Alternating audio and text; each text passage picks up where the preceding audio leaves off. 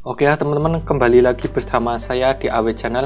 Di sini aku mau berbagi sedikit share tentang pinjol legal resmi OJK dan seputar pinjol ya. Apakah pinjol itu, semua pinjol itu ada yang namanya DC lapangan atau enggak? Nah, di sini saya ingin memberikan pencerahan kepada teman-teman bahwa yang namanya pinjol itu baik ilegal maupun legal sebenarnya itu ada yang namanya DC lapangan tadi, tapi tidak semua aplikasi menerapkannya. Nah, ini yang bisa teman-teman pelajari bahwa yang namanya pinjol itu ada beberapa tipe. Dia ada yang ilegal dan pinjol legal ya teman-teman. Dan kalau ilegal itu ya kemungkinan banyak itu nggak ada yang namanya DC lapangan. Jadi teman-teman buat mungkin banyak teman-teman yang gagal bayar di pinjol ilegal, teman-teman was-was atau gimana, ada perasaan gimana ya, takut atau gimana itu ya, takut didatangi DC. Tapi buat teman-teman yang gagal bayar di pinjol ilegal, teman-teman nggak perlu takut karena mereka itu nggak ada DC lapangan. Ada tapi beberapa dan nggak semua lokasi itu dijangkau DC lapangan. Jadi teman-teman nggak perlu takut. Nah, paling mereka itu sebar data atau meneror teman-teman. Jadi solusinya ya itu, untuk yang ilegal teman-teman bisa menghapus aplikasi dan mengganti kontak teman-teman, dan itu tidak akan diteror lagi ya. Ya kebanyakan itu meneror ke kontak darurat ya.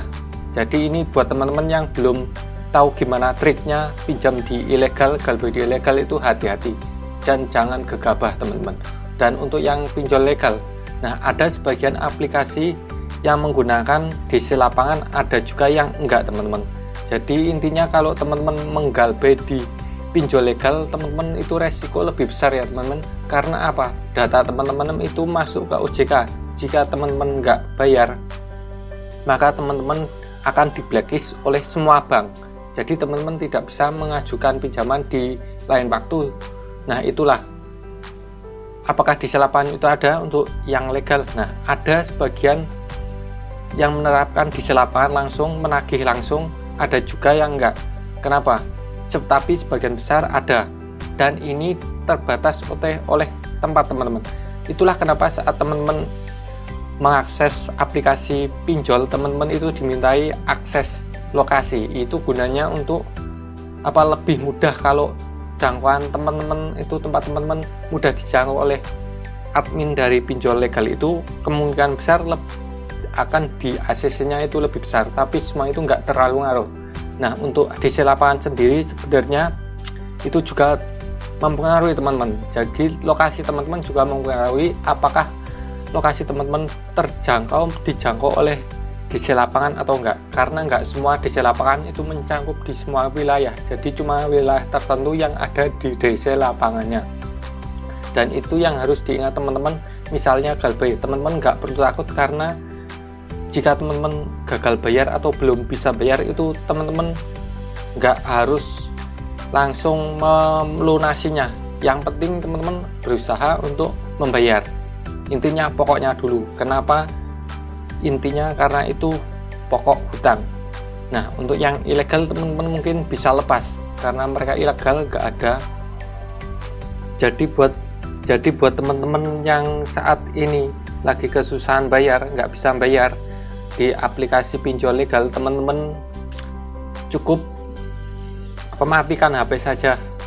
Dan kalau didatangi DC lapangan itu kemungkinannya kecil teman-teman, karena mereka sendiri terbatas oleh tempat. Jadi nggak semua tempat itu dimasuki oleh DC, ada aturan-aturannya. Jadi teman-teman cuma usahakan sediakan uang berapapun buat lunasinya, buat bayar cicilannya. Nggak perlu takut akan DC lapangan datang ke rumah teman-teman ya. Kalau ilegal itu bisa sebar data, tapi kalau legal itu nggak bisa teman-teman. Jadi data teman-teman itu aman.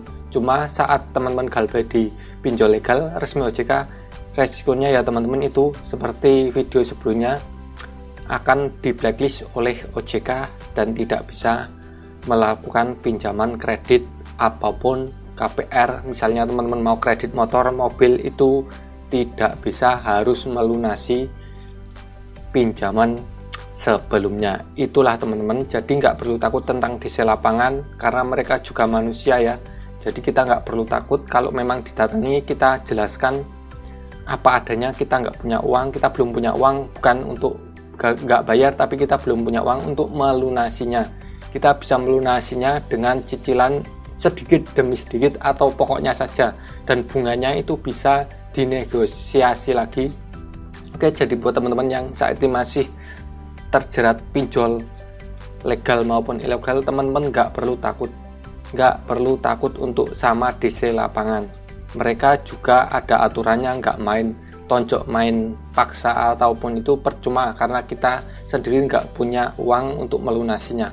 Oke, mudah-mudahan berguna, memberi pencerahan buat teman-teman yang saat ini terjerat pinjol legal maupun ilegal, bisa tercerahkan. Nggak perlu takut dengan DC lapangan.